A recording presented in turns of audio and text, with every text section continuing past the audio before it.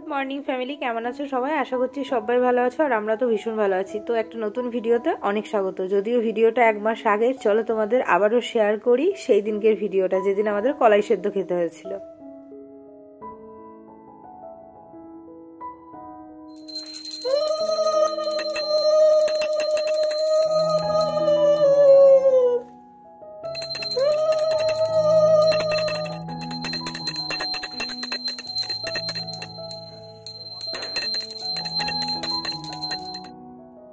বাড়িতে কলাই সেদ্ধের দিন মানে সরস্বতী পুজোর পরের দিন এই শিলনোড়াকে পুজো করা হয়। এই পুজোটা সাধারণত মানে ঘটি বাড়িতেই হয়ে থাকে আর কি। শিলনোড়া সেই দিনকে কাজ বন্ধ, মানে রান্না বান্না সবকিছু বন্ধ, বাসি খাবার খেতে হয়, এই পান্তা ভাত এগুলো।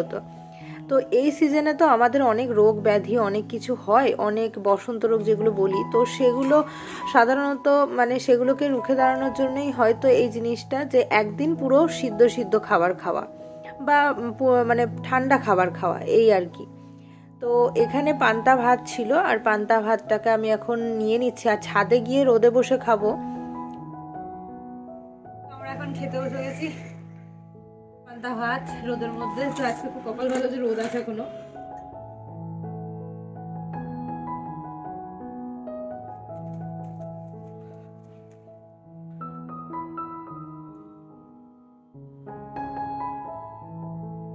তরকারি আমি আমার জন্য করেছিলাম। আমার বর বাসি তরকারি একদমই খায় না, ও শুধু চানাচুর আর আলু সেদ্ধ দিয়ে খাবে আর ওই কলাই সেদ্ধটা দিয়ে।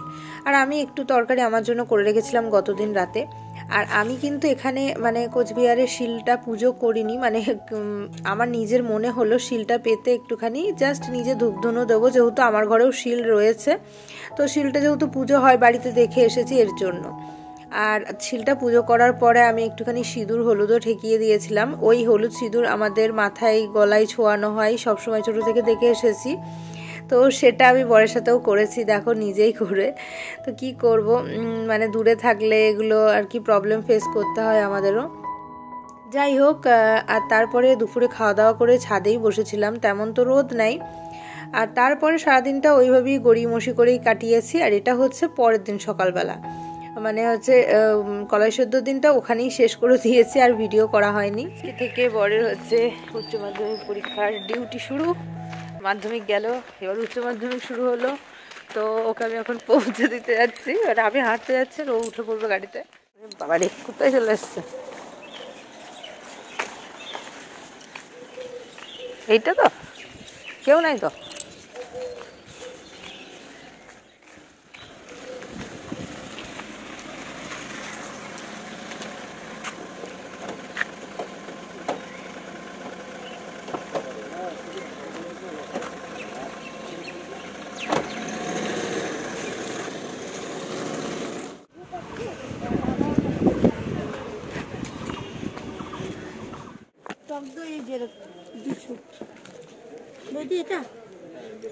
এটা 18 টাকা, তাই তো? ঠিক আছে, এই না এটা নিবা। হ্যাঁ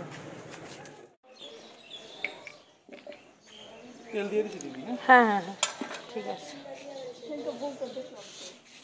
বিড়ালটা খাবো খাবো করছে, সেটাই দেখছি।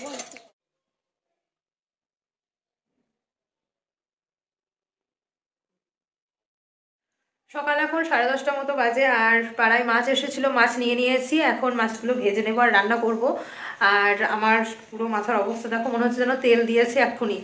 তেলটা গতকাল বরকে বলেছিলাম তেল একটু ম্যাসাজ করে দিতে, ও একদম চপচপে করে একদম চাঁদিটাই তেল দিয়ে দিয়েছে। তারপরে আর শ্যাম্পু করা হয়নি, এমনি জল দিয়েছিলাম মাথায়, যার জন্য চুলগুলো মনে হচ্ছে তেল চপচপে। তো রান্না করব আজকে, যেহেতু কলাই সেদ্ধর পরের দিন, মানে গোটা সেদ্ধর পরের দিন, আজকে একটু মাছ খেতে হয়, মানে মৎস্যমুখ হলে ভালো হয় আর কি। তো বাইরে ও মাছ খেয়ে নেবে, মাছ ভাত খেয়ে নেবে, আর আমি বাড়িতে কি করব, আমাকে বলেছিল যে মাছ নিয়ে নিতে। এবার একা একা মাছ কেনার সাহস পায় না এখানে যে হারে দাম বলে মাছের। তো যাই হোক, মোটামুটি মনে হলো যে এখানকার অনুযায়ী ঠিকঠাকই মাছ নিয়েছি, ভুল হয়তো কিছু করিনি। এখানে মাছের তেলটা রয়েছে, ওটা একটু পরে ধোবো, আগে এটা মাছটা বসিয়ে দিয়ে ভাজতে বসিয়ে দিই। 10 পিস মতো মাছ হয়েছে, একদিনে তো খাওয়া যাবে না, ভেজে রেখে দিতে হবে। আর মনে হচ্ছে যে হয়তো মাছ কিনতে পেরেছি, জানি না লস করলাম না লাভ করলাম না, ঠিকঠাকই হলো। এরকমই দাম নেয় এখানে মাছের, মানে একবারে কম দাম তো নেয় না, আর আমাদের গ্রামের মধ্যে হয়তো একটু কম হয়।